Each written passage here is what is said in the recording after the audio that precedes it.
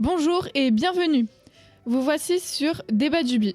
Pour débattre avec moi, je suis en compagnie de Gédéon Ducrotal.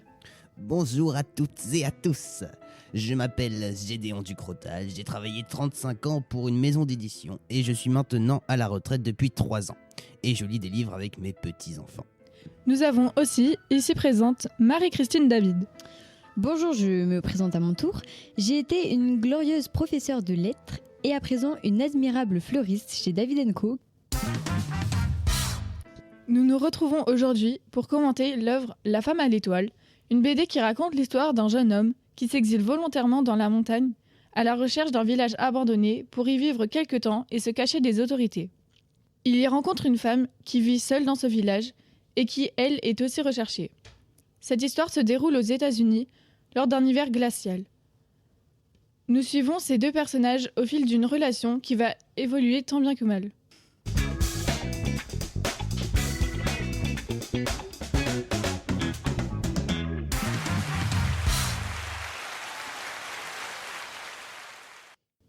Bonsoir Madame David et Monsieur Ducrotal. Tout d'abord, première question, que pensez-vous des illustrations ? Pour ma part, je trouve que le bleu fait pauvre. Comme si un enfant de 3 ans n'avait que ça pour colorier un vulgaire papier. Je reconnais cependant l'effort produit quant à l'innovation de la couleur dans la BD, mais je suis déçu. Le bleu est magnifique. Cela donne toute l'ambiance du livre et rappelle l'histoire désespérante de nos deux héros et le froid glacial qui les entoure. Et puis, toute cette couleur n'est qu'un symbole qui sublime la fin qui, elle, est en couleur. Tout est significatif. Elle est tout à fait touchante, réelle et absolument romantique. Non, aucun sens. Le héros doit mourir 10 fois. L'histoire tourne en boucle dans un western amoureux. Et en plus, je trouve la BD personnellement ennuyeuse. J'ai perdu 30 minutes de ma vie. L'auteur a complètement détourné le western. Premièrement, le western habituel se passe dans les plaines et dans le désert, alors que dans la BD, la totalité de l'histoire se déroule dans les montagnes enneigées. Et puis, bon, la femme occupe une place assez importante dans l'histoire, alors que la jante féminine ne remplit généralement pas de grands rôles. Dans les westerns, bien entendu. Surtout, point important, le pistolet ne sert pas à grand chose pour la femme, car il est bien connu qu'elles ne savent pas s'en servir. Dans les westerns, bien entendu. Le titre de la BD devrait d'ailleurs être « L'homme et la femme à l'étoile ». Mais, Monsieur Ducrotal, ces propos me semblent tout à fait machistes. Ce livre est d'une grande puissance féminine et met en avant le courage irréprochable de Perla. L'auteur a fait le bon choix de proposer un nouveau style de western qui illustre l'ère du temps, le féminisme. Bien, que pensez-vous du personnage principal ?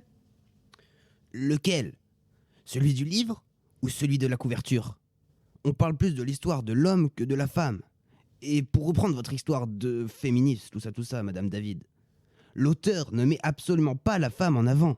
Ce que vous dites n'a pas de sens. Nous découvrons tout au fil du livre l'histoire passionnante de cette jeune femme blessée qui est tout aussi présente que celle de Zacharie. Vous pensez réellement ce que vous dites ? Oui. Calmez-vous, changeons de sujet maintenant. Bon, pour conclure, quel est votre point de vue général face à la BD ? Je n'ai franchement pas apprécié la lecture de la BD qui n'a pour moi aucun sens. Pour ma part, lors de la lecture de ce livre, j'ai été profondément touchée. L'auteur réussit à faire ressentir des émotions profondes, passionnées et désespérées. La fin nous laisse en paix. Quant aux dessins, ils sont tout simplement magnifiques, surtout avec la réapparition des couleurs à la fin. Je vous remercie d'avoir partagé vos avis sur La femme à l'étoile et j'espère que ce débat aura pu donner un avis aux auditeurs. Je rappelle que La femme à l'étoile d'Anthony Pastor est disponible dans toutes les bonnes librairies de France aux éditions Casterman.